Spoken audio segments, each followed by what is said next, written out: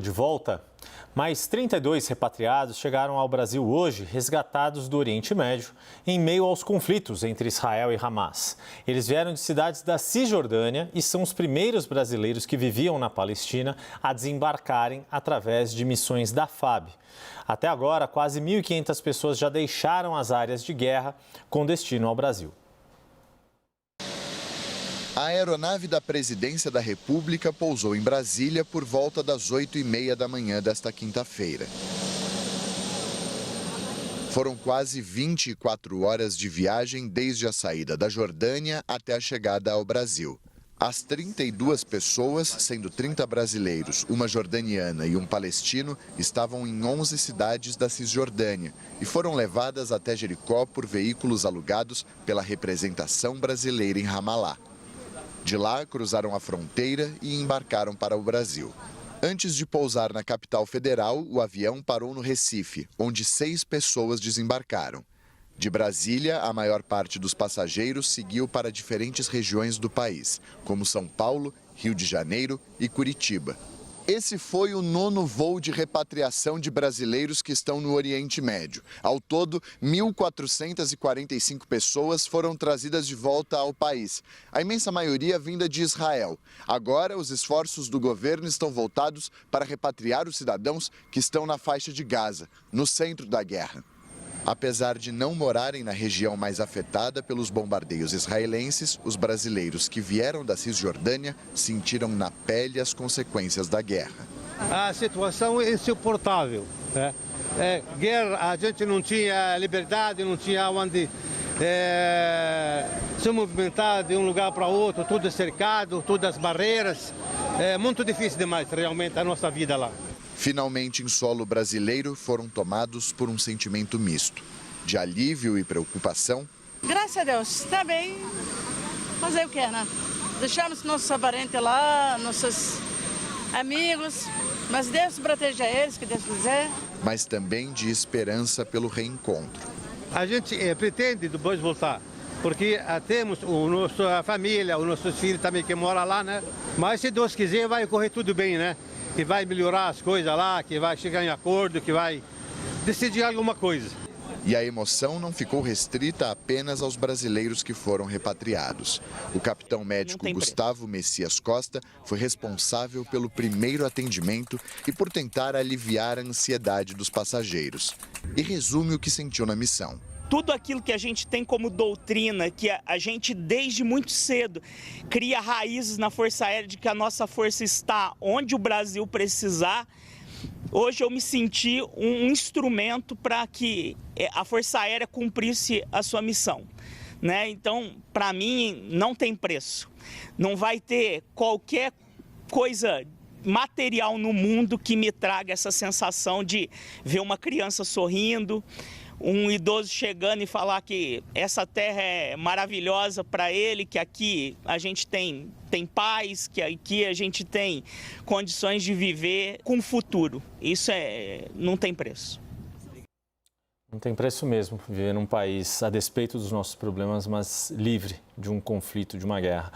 Daniel Rittner, queria começar contigo essa nossa rodada agora, porque a gente viu essa beleza da chegada desses 32 brasileiros e 2 estrangeiros, umas parentes, né, dos brasileiros que conseguiram chegar da Cisjordânia, mas ainda o drama relacionado a também pouco mais de 30 pessoas que estão na faixa de Gaza.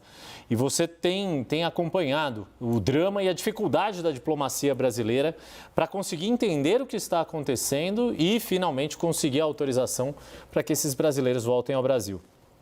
Está muito difícil, Yuri. O que a gente tem detectado é que o Itamaraty enfrenta agora um jogo de empurra entre Egito, Palestina, Israel. Deixa eu explicar um pouco por que é que isso está acontecendo.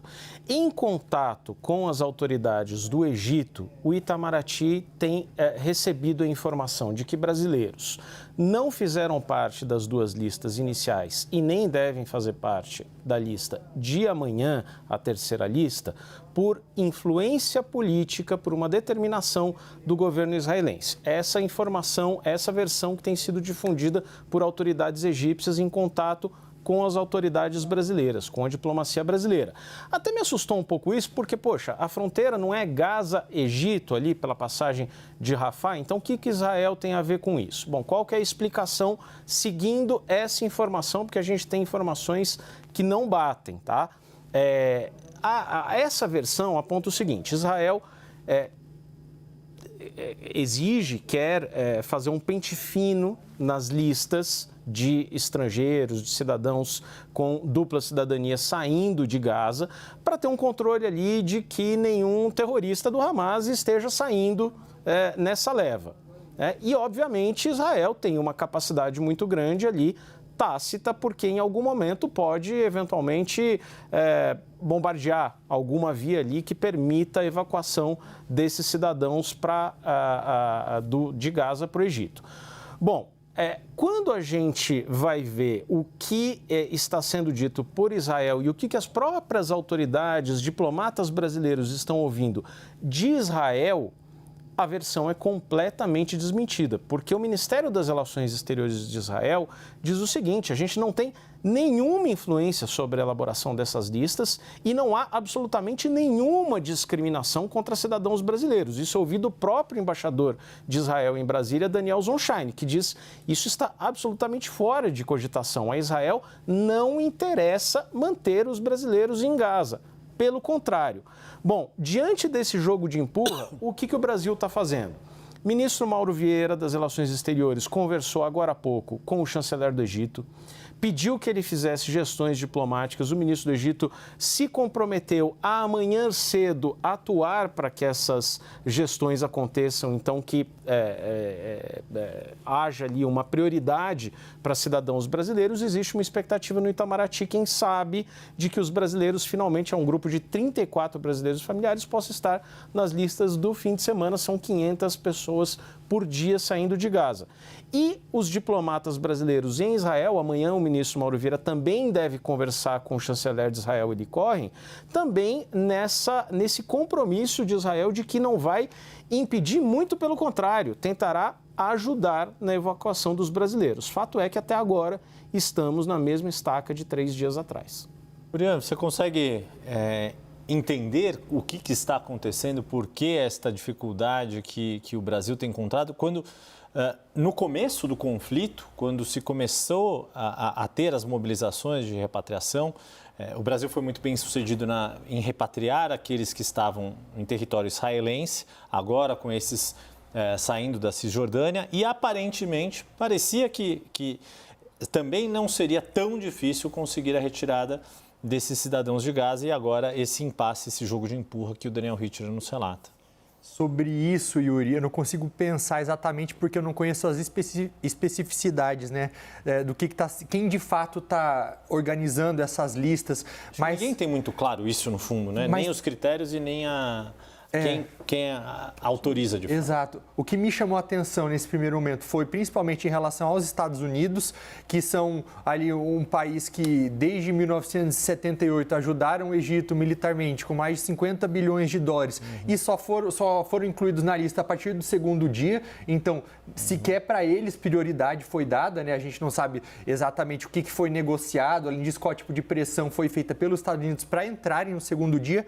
Mas uma dúvida que me surge agora, o que eu coloco em questionamento, Thaís, é em relação a esse novo projeto do BRICS, né, agora. Por quê? Conta com o Egito. O Egito entrou no BRICS, assim como outros países, como Irã, Arábia Saudita. Então, para que ele vai servir agora? Ele vai ser, de fato, simplesmente essa ampla frente de países que surgiram simplesmente para questionar essa ordem global dominada pelos países do norte, pela Europa, pelos Estados Unidos, ou, de fato, ele vai conseguir ser útil para alguma coisa, né? Então, o BRICS ele vai conseguir dar resultado para além daquelas medidas econômicas que ele se propõe? Então, eu fico com isso na minha cabeça agora. Ele jogou para você, jogou pra Thaís. mim. Não, é interessante você trazer esse ponto aqui, porque claro que a gente está acompanhando a guerra o tempo todo, mas há uma discussão, e aqui no WW isso tem sido uma discussão recorrente, o Daniel sabe disso, da ordem mundial. né? De como é que vai ficar a ordem mundial, de como vão ficar os acordos, a multilateralidade versus a unipolaridade, o poderio americano sendo questionado.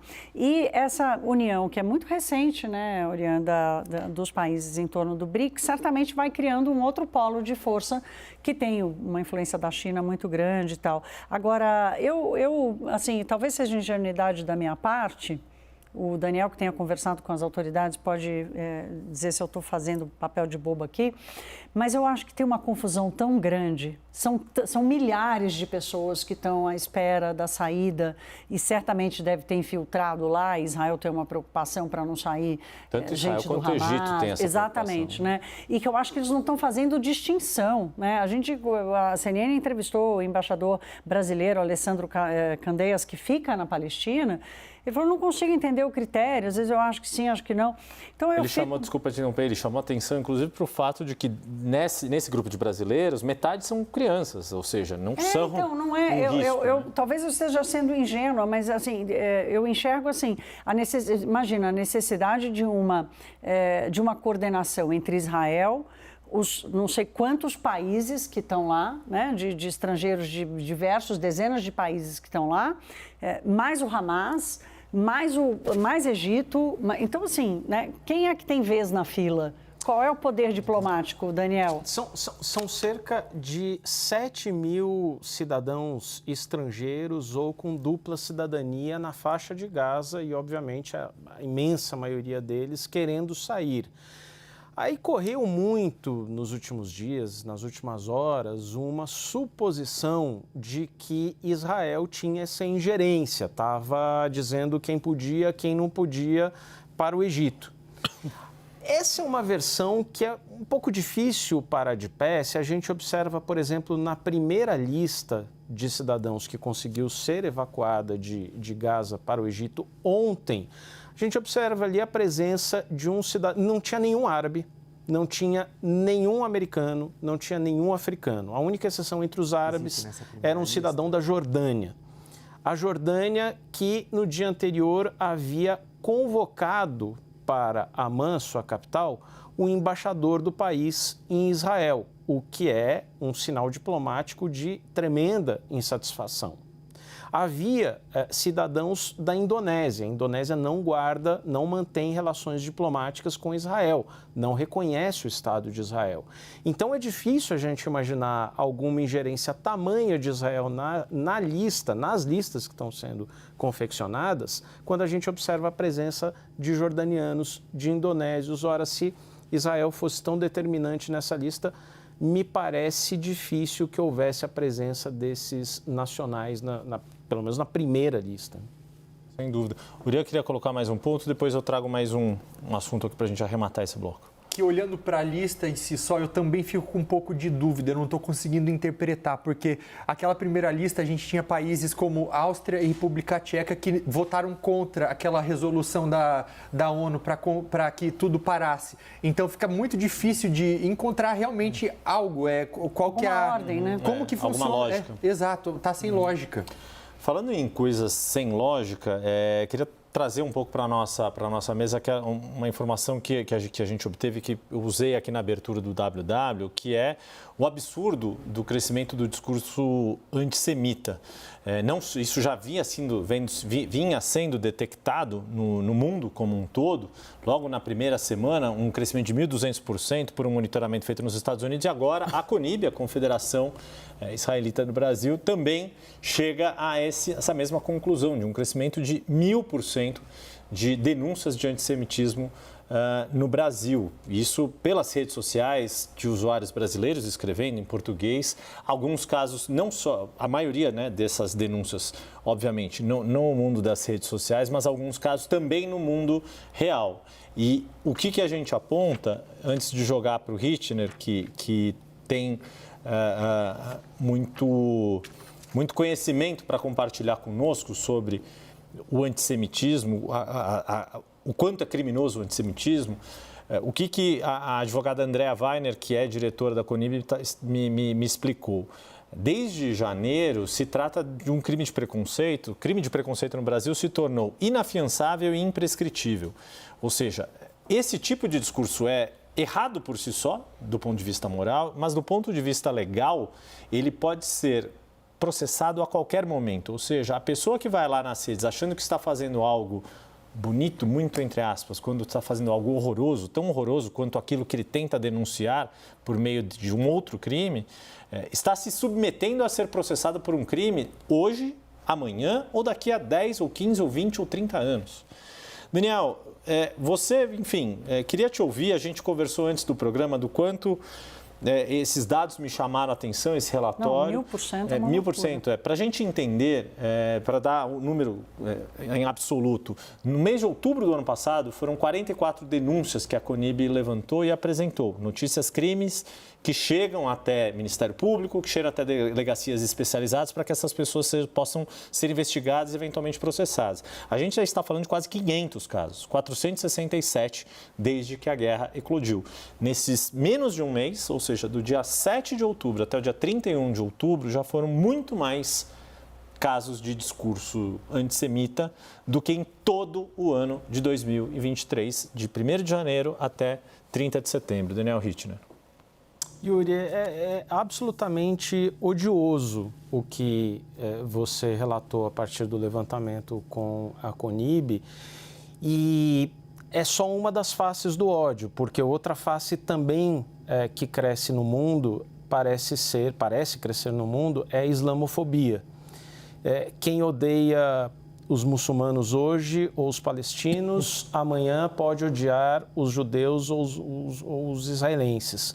O que me chama a atenção é que, logo após os ataques terroristas de 7 de outubro, a gente viu manifestações de solidariedade, de simpatia por Israel, que Israel não está acostumado a ver.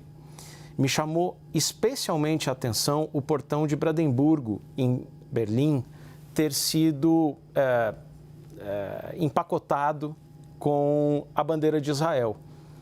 Veja o tamanho do simbolismo disso. Em Berlim, Israel estar com a sua bandeira refletida no portão de Brandemburgo. Isso me parece que virou rapidamente. A resposta de Israel, e aí a gente não está entrando no mérito se a resposta é justa, se é assimétrica, se Israel está no seu direito de defesa ou se excedeu e está fazendo algo desproporcional, não é essa a discussão, mas a opinião pública já foi muito contaminada por isso e a guerra Israel-Hamas já virou claramente um fator de polarização no mundo todo, inclusive no Brasil. E me parece que aí está o grande mal. Transformar uma questão externa numa questão interna aqui no Brasil, nos Estados Unidos, na Europa, e aí é muito fácil de embalar, e há séculos, e isso não é uma força de expressão, há séculos, os judeus, de forma geral, são embalados assim, e o antissemitismo tem muita relação com isso, como se a comunidade judaica fosse uma coisa só, como se fosse um bloco uniforme, quando, na verdade, a gente tem judeus de direita e judeu de esquerda. A gente tem judeu rico, judeu pobre. Tem judeu de extrema-direita e tem judeu comunista. Assim como a gente tem em qualquer corte da sociedade, ou religioso, ou de etnias, que a gente queira fazer.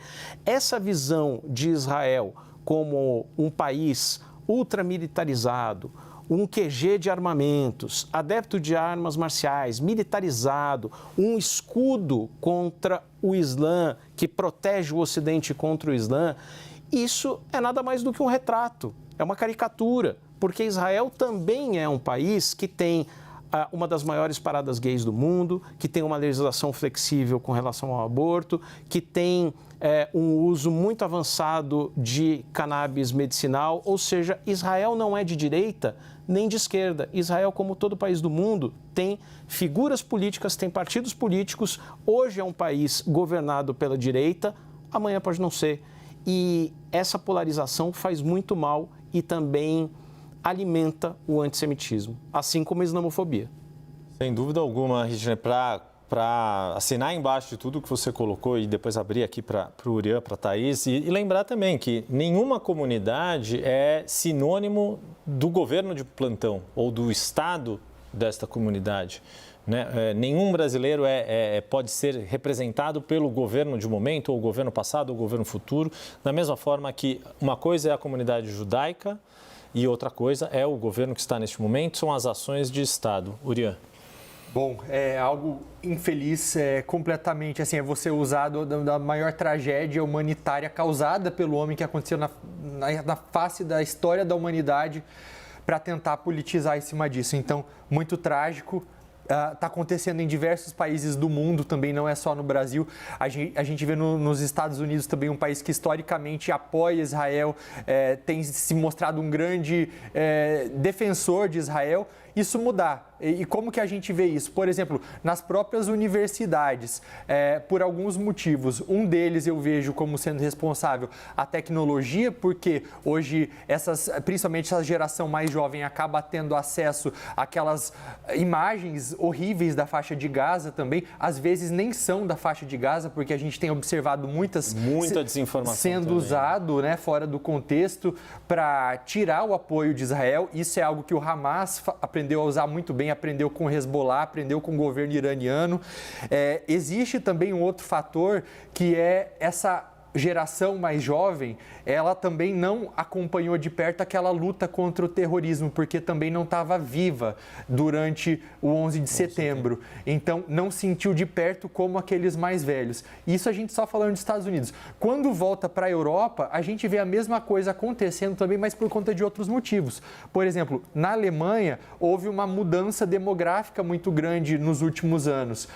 Se grande parte dos muçulmanos da Alemanha antes eram de turcos, hoje já não. Sim. Chegou uma leva muito grande de refugiados sírios que não tem uma memória afetiva do que foi o Holocausto, mas eles se veem como eles mesmos vítimas de regimes repressores, porque fugiram do regime do Assad na Síria. Então, para eles se colocam como as vítimas e não aqueles que foram perseguidos 70 anos atrás.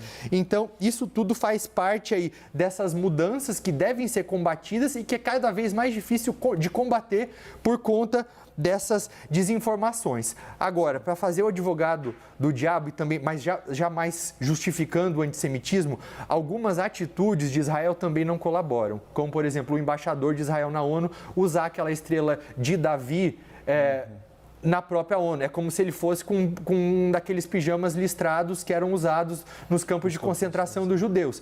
Então, tudo que aconteceu lá atrás foi tão horrível que esses símbolos não podem ser usados para banalizar o Holocausto. Então, é algo que Israel tem que cuidar para fazer também. Para arrematar, Thaís. Não, eu acho que o Urian trouxe um ponto importante aqui, que tem uma diferença gigante nessa guerra, que são as redes sociais, né? Totalmente. Então, a juventude, o distanciamento do diálogo afetivo com a guerra e com o Holocausto, ou com o terror recente desse milênio. Então, isso tudo acaba transformando todas as pessoas em grandes protestadores, né? Fazem protesto de tudo, mas sem fundamento. E isso só alimenta o discurso de ódio, né? Para quem está manipulando os discursos, alimenta o discurso de ódio. Isso vale para tudo, para qualquer posicionamento. Antes de falar ou antes de digitar... Falar, não é protestantes, como que fala? Lacradores. Lacradores, é isso. Antes de falar, vale pensar 2 vezes. Antes de digitar, pense 10 vezes.